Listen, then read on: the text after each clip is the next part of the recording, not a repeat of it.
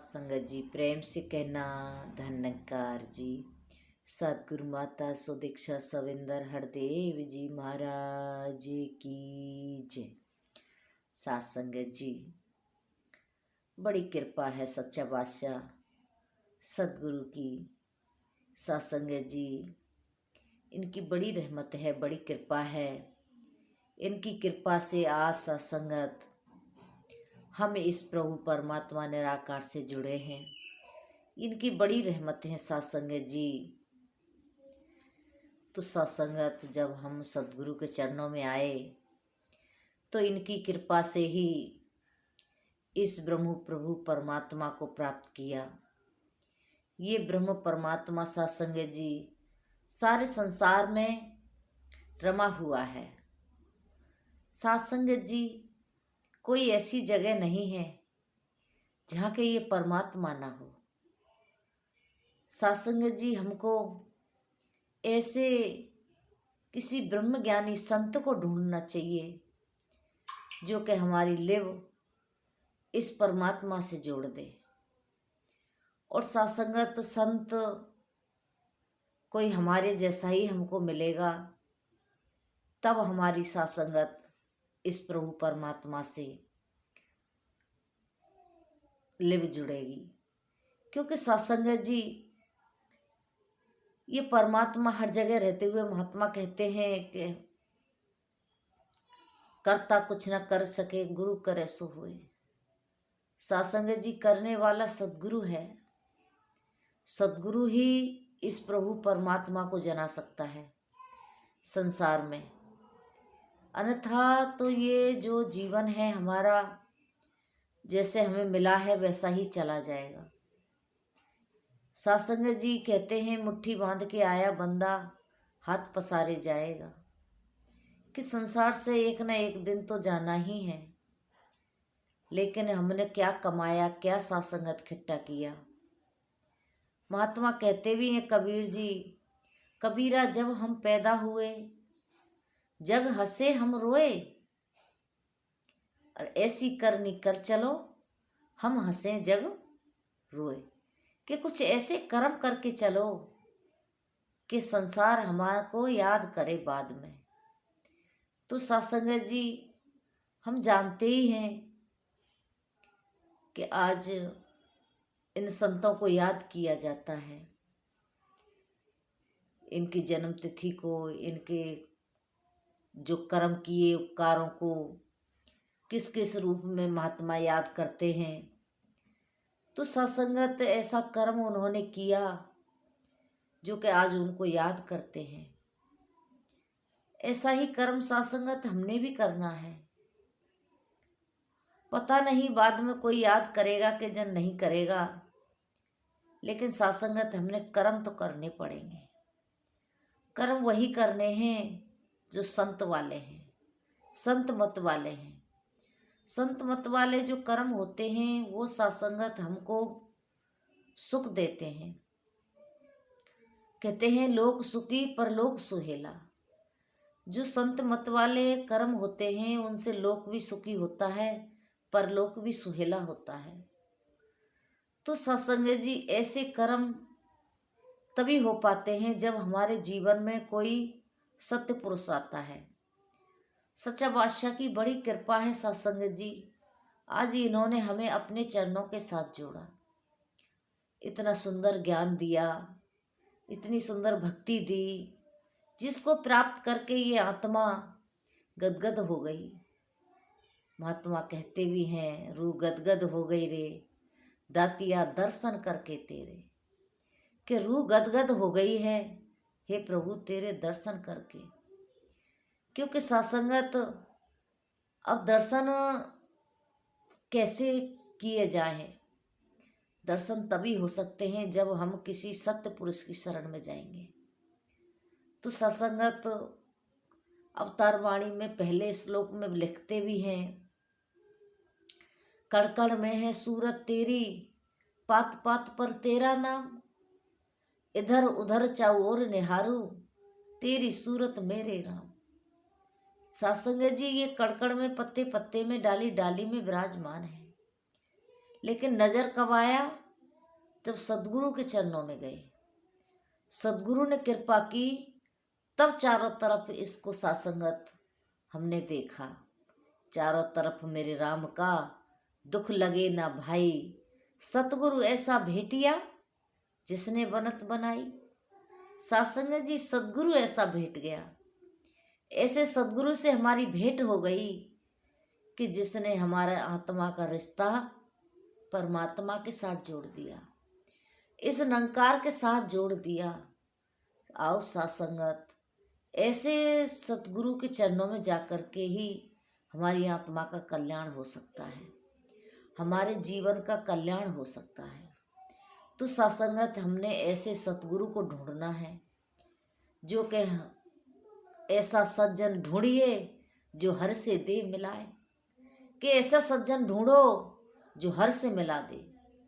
तो सासंगत, बात ढूंढने की हो रही है और मिलने की हो रही है।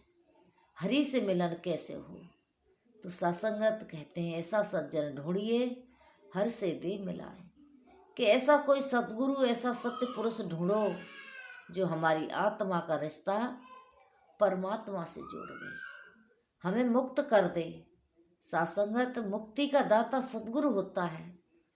कहते हैं, बंधन तोड़ मिलावे राम, अनहद सहज लगावे ध्यान, कटे कलेश सदा सुखी रहिए, ऐसा दाता सतगुरु कहिए।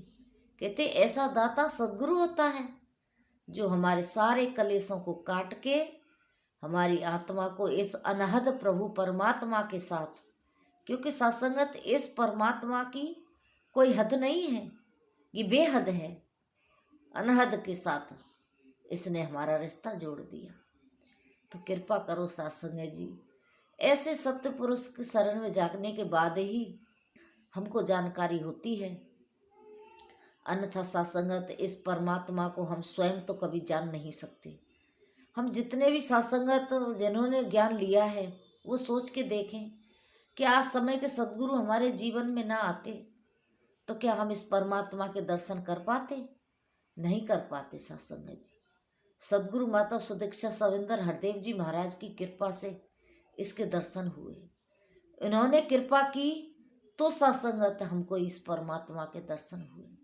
अन्यथा सासंगत जी, हम भी ऐसे आए थे संसार में, वैसे ही चले जाते। कहते हैं, आए सो जाएंगे, राजा रंग फकीर, कुछ सिंहासन चढ़ चले, कुछ बांधे जंजीर। कि जाना तो सबको है, लेकिन सासंगत, अब बात हमारी है कि हम कैसे जाते हैं, सिंहासन पर चढ़ के जाते हैं या जंजीरों में बंध के जाते हैं। सासंगत, जंजीर तो चाहे लोहे की हो चाहे सोने की, वो बांधने का ही काम करती है। कहते हैं, अच्छे कर्म सोने की बेड़ी, बुरे कर्म लोहे की बेड़ी, ये तो बांधने का ही काम करते हैं। आओ सासंगत, हमने बंधना नहीं है, हमने इनसे अपना छुटकारा पाना है। तो जब ही सिंहासन पर चढ़ के जा सकते हैं, जब इनसे छुटकारा। अब इनसे कैसे छुटकारा मिले? इंसान कर्म तो करेगा, खाना भी खाएगा, दूध पानी भी पिएगा, श्वास भी लेगा, और नित्य कर्म करते हैं वो सारे कर्म करेगा। कर्म तो सभी करेगा सासंगत, बिना कर्म के तो इंसान रह ही नहीं सकता। लेकिन कहते हैं, कर्म जो स्वयं हो, सद्गुरु के हुक्म में हो। सासंगत, भूख हम लगाते नहीं है, स्वयं लगती है। हमारे हर कर्म स्वयं होते हैं जो हमारे शरीर के साथ जुड़े हुए हैं, लेकिन जो हम करते हैं और उससे ऊपर कर्म, वो सासंगत गुरु के हुक्म के द्वारा सेवा, सुमिरन, सत्संग, ये कर्म हमने करने हैं। तो सासंगत, इनमें गुरु का हुक्म है, गुरु का हुक्म है तो सासंगत हम सत्संग कर रहे हैं, गुरु का हुक्म है हम सेवा कर रहे हैं, हुक्म में किया जा रहा है। हुक्म है गुरु का गृहस्थी में रहना है, गुरु का हुक्म है कि मेहनत करके करो कमाई, बनो नहीं दूजे पर भार, सदा रहो घर गृहस्थी अंदर, भगवे भेष बनाना न। कहते सदा घर गृहस्थी के अंदर रहो, भगवे भेष नहीं बनाना, किसी पे बोझ नहीं बनना। ये गुरु का हुक्म है। मेहनत करके करो कमाई, ये गुरु का हुक्म आया है कि मेहनत करो। तो सासंगत अब गुरु का हुक्म है। गुरु के हुक्म के अनुसार अगर हमारा जीवन चल रहा है तो सासंगत फिर वो मुक्ति की तरफ जाता है, वो मुक्ति हमको दिलाता है। तो कृपा करो सासंगत जी, हमने गुरु के बताए हुए मार्ग पे चल के इस परमात्मा की बंदगी करनी है। कहते हैं अति सबसे बढ़कर दात है तुझको बख्शी सुंदर काया है, पर ये समझ अमानत रब की सारा माल पराया है। कहते हैं तुझे सबसे सुंदर दात बख्शी परमात्मा ने, ये काया दी है, लेकिन ये पराया है, इसे अपना नहीं समझना, पराया समझ के इसको इस्तेमाल करना है। सासंगत ये दिया हुआ है सतगुरु का, सतगुरु ने हमको दिया है, आज हमें इसको इस्तेमाल करते हैं तो गुरु का समझ के इस्तेमाल करते हैं। जैसे राजा जनक जी ने सासंगत राज को गुरु का समझ के राजपाट भोगा, सासंगत गुरु का समझ के उन्होंने कर्म किए। सासंगत जी कृपा करो, रहमत करो। एक राजा होते हुए भी, राज्य परिवार में रहते हुए भी, राजधानी में रहते हुए, राज्य करते हुए, फिर भी वो बेदेह कहलाए। क्यों कहलाए? क्योंकि सासंगत उन्होंने गुरु के हुक्म के अनुसार उस राज की सेवा की। इसी प्रकार से सासंगत हमारे जीवन में जो भी कर्म है वो गुरु के हुक्म के द्वारा हम करते चले जाएं, सेवा सुमरन सत्संग करते चले जाएं, और जो आदेश सदगुरु का जैसा है वैसे हम अपने जीवन को ढालते चले जाएं। तो दासी इन्हीं शब्दों के साथ आपसे इजाज़त चाहेगी। सासंगत कोई शब्दों में गलती हो गई हो, टूटी हो गई हो तो बख्श लेना। सासंगत जी बहुत सारी टूटियाँ हो जाती हैं, आप महान संत हो, बख्श लेते हो, बड़े दयालु हो, कृपालु हो। आप अपने चरणों में इसी तरह से हमेशा हमेशा लगाए रखना, ऐसी अरदास प्रार्थना। प्रेम से कहना, धन्यकार जी।